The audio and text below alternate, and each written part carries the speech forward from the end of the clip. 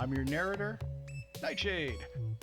Today we will be looking at Domo Nano, otherwise known as Neo Nano Metropolis or Neo Nano Tokyo, and that's Tokyo with an I, not a Y.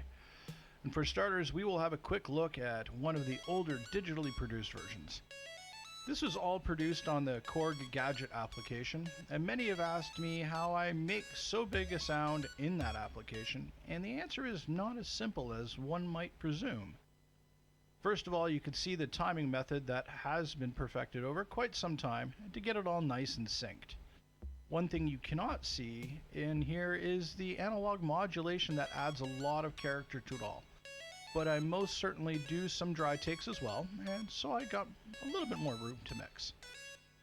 A quick look at the plugins here. This one is mastered very dynamically to suit the Spotify wishlist, minus 14 dB LUFS and minus 1 dB true peak. And that loudness will give you a much more dynamic range on Spotify, but it might make the loudness vary too much through the track, and that level on a CD will make it sound too low compared to others.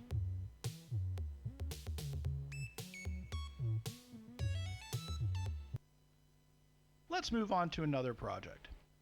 This is the analog recreation, and it is very simplified production-wise. I like to bring in the kick from the side once in a while.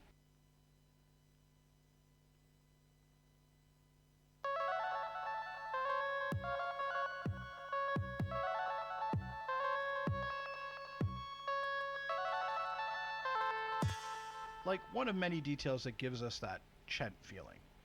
Usually I will keep all the drums centered throughout the track, but on this track I have worked the stereo a lot in order to make it super loud on minus 14 LUFS and keep the left to right LUFS centered. I later found out that it does not matter, so I would not recommend anyone do this.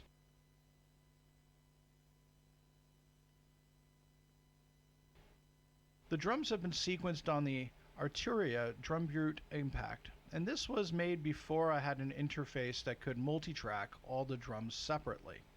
This means there are no side chaining on this track, and all the drums are bussed from the machine to the input. However, it has been EQ'd and compressed slightly with analog equipment. Both the bass and the lead are made on the Crave. I usually do these things over MIDI, but for this one I made it all on sequencers, integrated in the equipment, or the Division 6 business card sequencer for Eurorack. The rest is just a plug. Okay, this track really sucks, so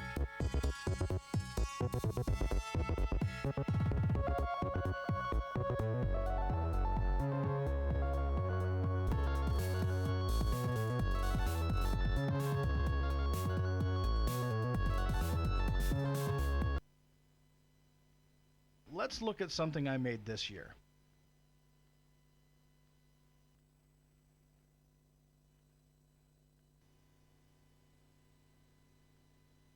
This muted track is just the mix down from Korg Gadget for reference.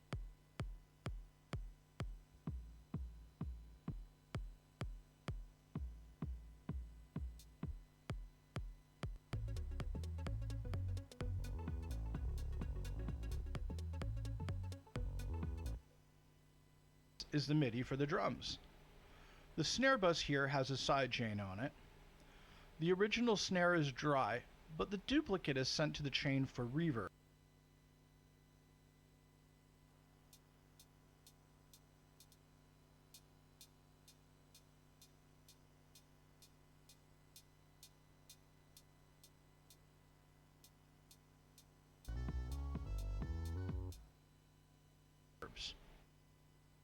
And the kicks are pretty straightforward. The bell is just the cymbal output for the drum brute. This is the bass MIDI being sent to the Crave. Is the bass bus. This is all the sounds from the Crave, and this has been sidechained from various things.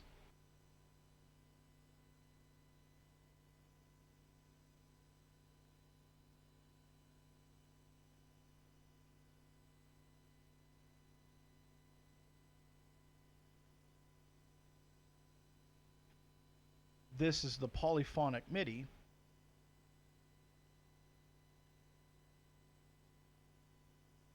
Since I was not able to recreate that whole granular modulator, arpeggiator thing on my modular synth, I used the sound from Chord Gadget on this track.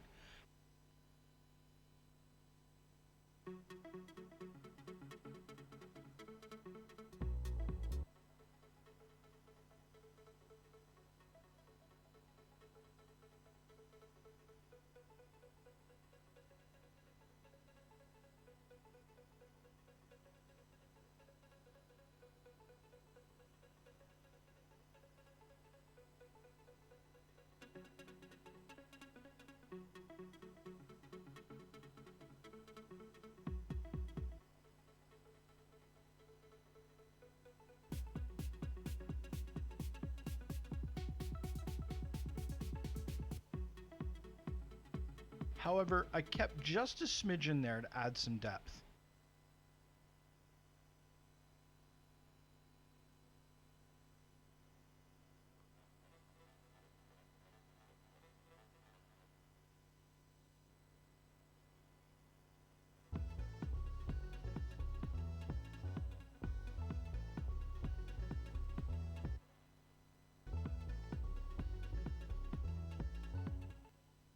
However, I kept just a smidgen there to add some depth.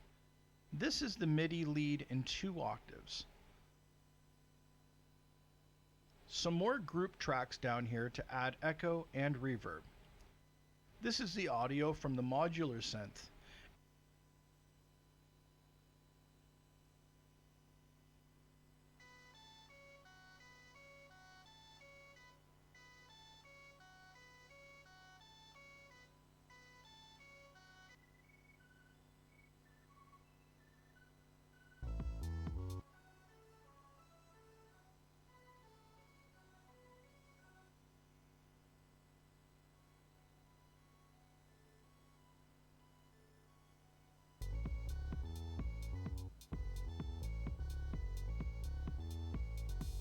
It's being sidechained in the same way as the snare bus.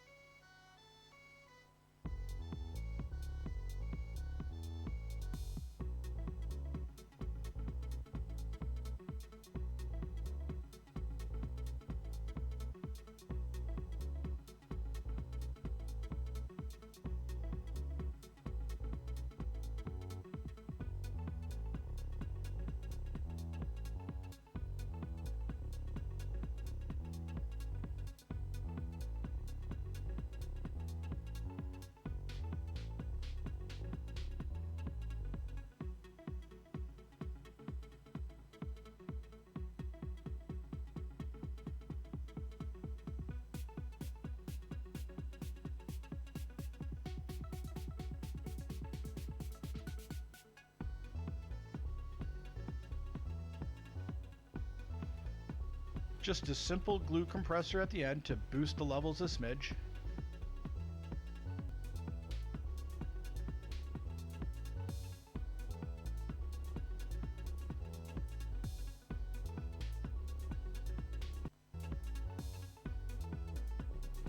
Finally, a quick look at the mastering chain. It should be around -7 LUFS. Normally a master for CD would be around -8 LUFS, and the reason I'm going so hot on this track is that I want it to be nice and loud in the clubs. And it still sounds pretty darn loud on Spotify. Here I'm running 2 master chains on top of each other for a total of 4 limiters.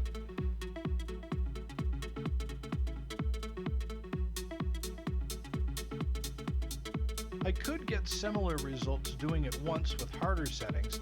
However, to get this sounding nice and super gentle settings. And that's basically it. Thanks for watching, and please make sure to check out my new EP called The Origin Chronicles, wherever you find music.